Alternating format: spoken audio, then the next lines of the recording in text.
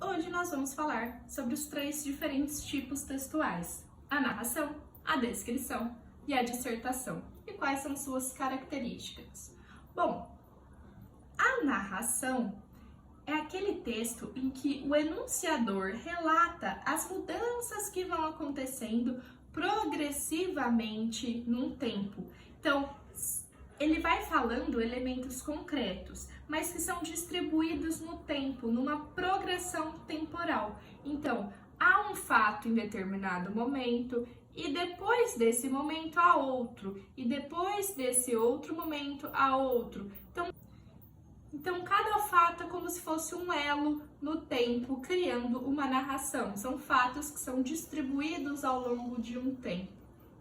O tipo textual descritivo, ele vai subsidiar outros tipos textuais. Como assim?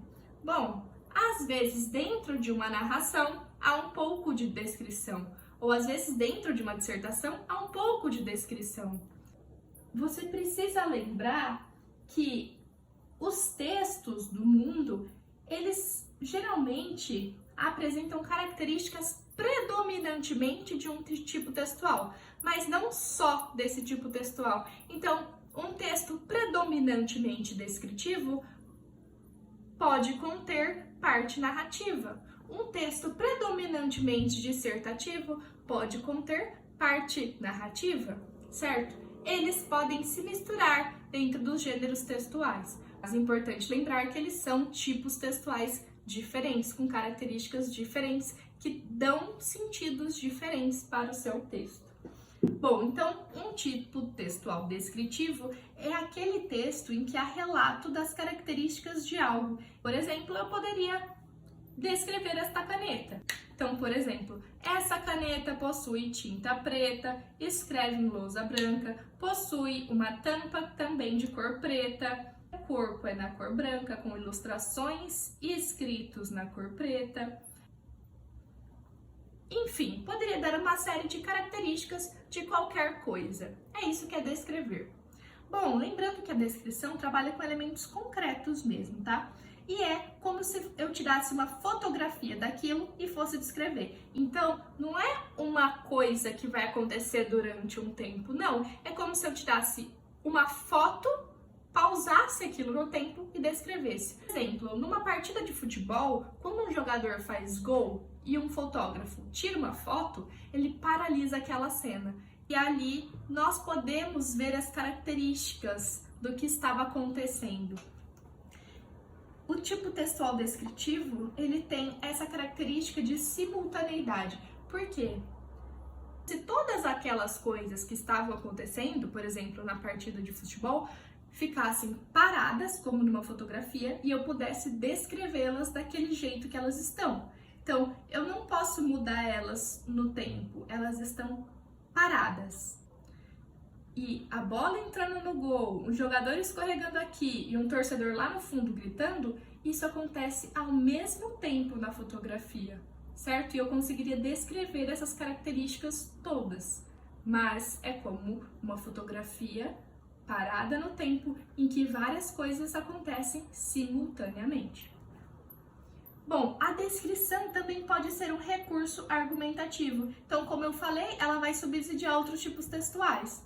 Se eu quiser argumentar alguma coisa em uma dissertação, eu posso usar uma descrição como argumento. Mas, por exemplo, começar uma argumentação sobre as consequências do coronavírus na sociedade, eu poderia começar citando. Eu poderia descrever da seguinte maneira: a falta de leitos em hospitais públicos. As crianças já não vão à escola há alguns dias. Idosos morrem a todo momento.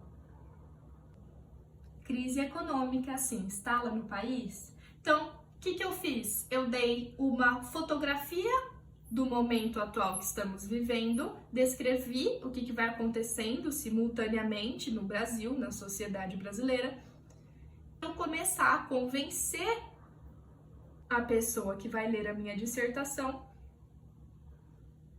de que aquele é um cenário caótico, por exemplo, se eu fosse defender esse ponto de vista. Bom, acabamos já então falando um pouquinho sobre a dissertação.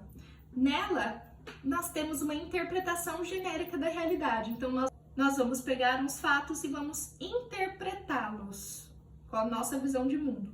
Na dissertação, opiniões são explícitas por meio de elementos abstratos também.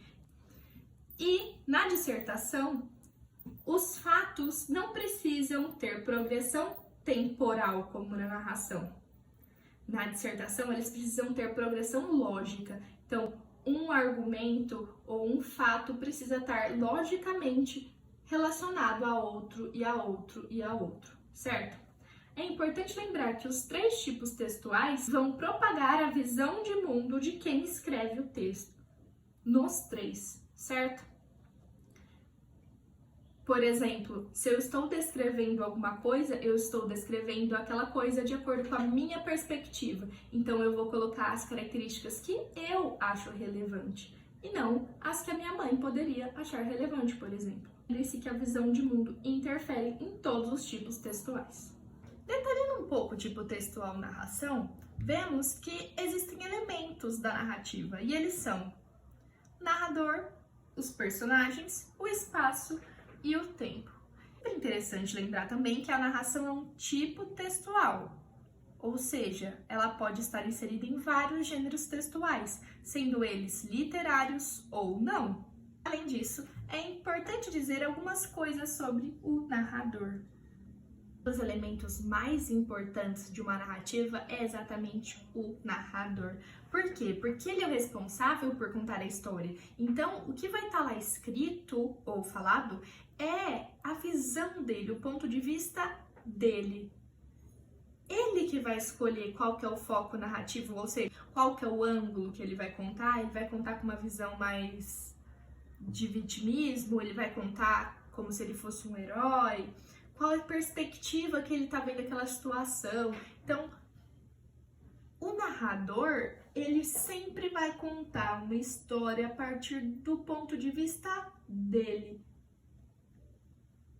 Mesmo que ele fale sobre os sentimentos, por exemplo, de outros personagens, é a percepção que ele tem sobre aqueles sentimentos que os personagens estão sentindo. Mas não podemos dizer que é realmente o que os personagens sentem. O que é veiculado no texto é o que o narrador quer. Nós estamos na mão dele, na mão da visão que ele tem em uma narrativa.